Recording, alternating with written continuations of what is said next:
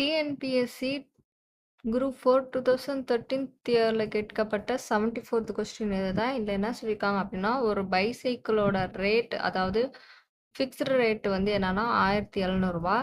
இத வந்து டிஸ்கவுண்ட் குடுக்குறாங்க. டிஸ்கவுண்ட் எவ்வளோ குடுக்குறாங்கன்னா 10%. அப்படி 10% குடுத்தா இதோட செல்லிங் பிரைஸ் என்னவா இருக்கும் அப்படின்னு சொல்லி தான் இந்த கொஸ்டின் கேட்டிருக்காங்க. இப்ப என்ன பண்றோம் அப்படின்னா, கொஸ்டின்ல குடுத்துருக்க முதல்ல எழுதிக்கலாம். மார்க்கெட் பிரைஸ் என்ன அப்படின்னா 1700 குடுத்துருக்காங்க. டிஸ்கவுண்ட் எவ்வளோ பெர்சன்ட் குடுக்குறாங்க அப்படின்னா 10%. ஸோ ஃபர்ஸ்ட் வந்து நம்ம டிஸ்கவுண்ட் அமௌண்ட்ட கண்டுபிடிப்போம். அதாவது 1700க்கு 10% நம்மளுக்கு குடுத்தாங்கன்னா எவ்வளோ வரும் அப்படின்னு சொல்லிட்டு பார்க்கலாம். ஸோ இதுக்கு என்ன பண்ணணும்னா 1700 இன்ட்டு 10 டிவைடட் பை 100. ஸோ 100ல உள்ள இந்த 2 ஜீரோ இந்த 2 ஜீரோ கேன்சல் ஆயிடும். ஸோ 17 இன்ட்டு 10 என்ன வரும்னா 117 வரும். ஓகேவா?